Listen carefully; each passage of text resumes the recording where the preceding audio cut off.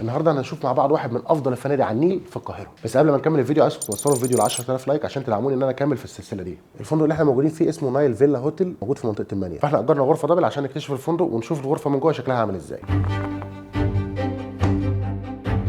الغرفه الستايل بتاعها مودرن، اللون الابيض واللون الرمادي هما اللونين الاساسيين في الغرفه. الغرفه تحس انها جديده، دمها خفيف. انطباع الاول عنها انها غرفه مريحه للعين، يعني اول ما تخش كده في راحه للعين بتحسها. الغرفه واسعه والسراير التوين كبيره وده شيء لطيف. عشان تاكد اكتر انها كبيره هو حاطط لك يعني مخدتين ورا بعض، السرير ده ممكن يكفي شخصين عادي. زي ما قلت لكم بقى ان الابيض والرمادي مسيطرين على الغرفه، هو كسر لك الحته دي بالطابلوه الظريف اللي فوق السراير ده، يعني شكله جامد صراحه. ما خلاكش الموضوع كله قافل ابيض ورمادي، لا، خد لك الحته اللي تكسر لك الحوار ده. خلينا نجرب السراير مع بعض. السرير هنا بقى شكله مريح، لا من اول ما بتقعد يعني كده ظريف جدا. وطالما السرير مريح يبقى ايه؟ المخدات مريحه. خلينا نجرب. المخدات مريحه جدا يا جدعان، راحه غير منطقيه. انا ممكن اريح شويه وبعد كده نكمل الفيديو. طبعا احنا داخلين الجو حر جدا، مشغلين التكييف، مفيش للتكييف اي صوت تماما. البراند بتاعه شارب، ظريف جدا، مسقع الجو والدنيا هاديه، تقدر تنام براحتك، مفيش اي ازعاج. انا هنا في تلفزيون تورنيدو 32 بوصه وكمان سمارت، عندك يوتيوب ونتفليكس. اعتقد كل الفنادق دلوقتي بتفكر في الحته ديت انها تخلي الاقامه بتاعتها سمارت، فان انت يبقى عندك يوتيوب ونتفليكس في الغرفه بتاعتك. اعتقد ده شيء ظريف جدا. في هنا برده تسريحه فيها 6 دراج،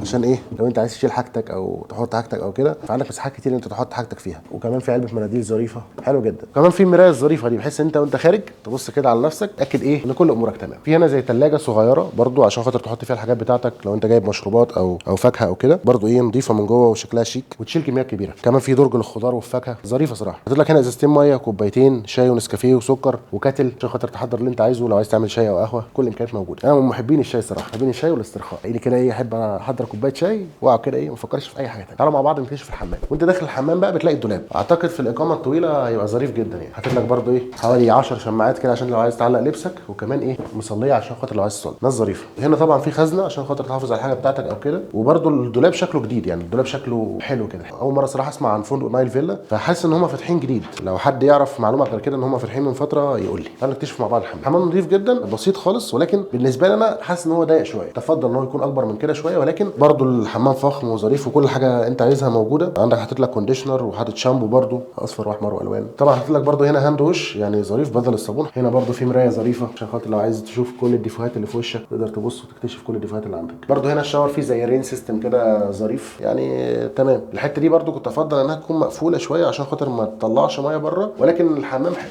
برضه عشان انتوا هنا فردين، فهو حاطط لك شبشبين وكده عشان خاطر تتحرك بيهم جوه الغرفه 100 100 يعني. تعالوا مع بعض بقى نشوف فيو الغرفه. الشباك الغرفه ممكن اكبر شباك غرفه شفته لحد دلوقتي. بانوراما واخد مساحه الغرفه كلها بالكامل، فانت في اي حته انت قاعد في الغرفه انت شايف النيل قدامك، مستمتع بالجو الظريف بتاع النيل. وحاطط لك بقى كرسي الظريف ده بحيث ان انت ايه تقعد وتستمتع، تشوف كده منظر النيل قدامك وتسترخي، هدي اعصابك. يعني اجمالا كده من وجهه نظري غرفه كاقامه 100 100. كده شفنا غرفه. تعالوا مع بعض نكتشف ايه اللي موجود تاني في الفندق.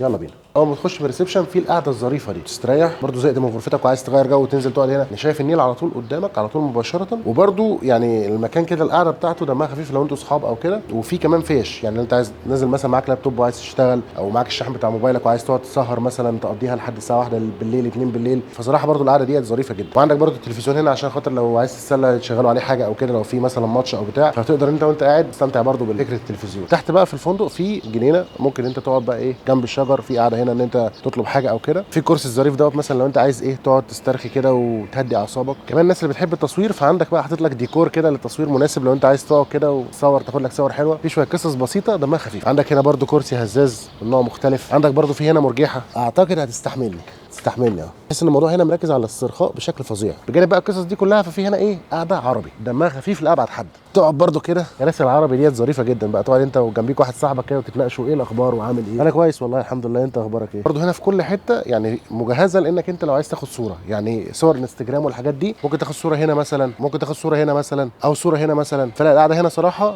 جامده، القعده هنا حلوه. تعالوا مع بعض بقى نشوف المطعم. عندك هنا برده كافيه ومطعم على النيل، تقدر تطلب اللي انت عايزه لو انت عايز تطلب حاجه تشربها او تاكلها. ففكره وجود المطعم صراحه دمها خفيف. الفندق مكانه موجود في المانيال. سعر غرفه هنا غرفه دبل مطله على النيل 2000 ونص تقريبا، يعني بيتراوح في الالفينات 2000 ونص حاجه زي كده، ممكن يزيد ممكن يقل شويه على حسب الموسم. ومميزات المكان بالنسبه لي هو الفيو، يعني فيو بانوراما دوت على النيل بالنسبه لي رائع جدا. كده شفنا مع بعض فندق نايل فيلا، واحد من افضل الاماكن اللي ممكن تنزل فيها على النيل في القاهره. اتمنى يكون الفيديو عجبكم. اكتبوا لي في الكومنتات ايه الاماكن الثانيه اللي انتوا تحبوا ان احنا نعمل لها ريفيو، او المدن الثانيه اللي انتوا تحبوا ان احنا نزورها. ما تنسوش تعملوا لايك وشير وسبسكرايب، واشوفكم ان شاء الله في الفيديو اللي جاي.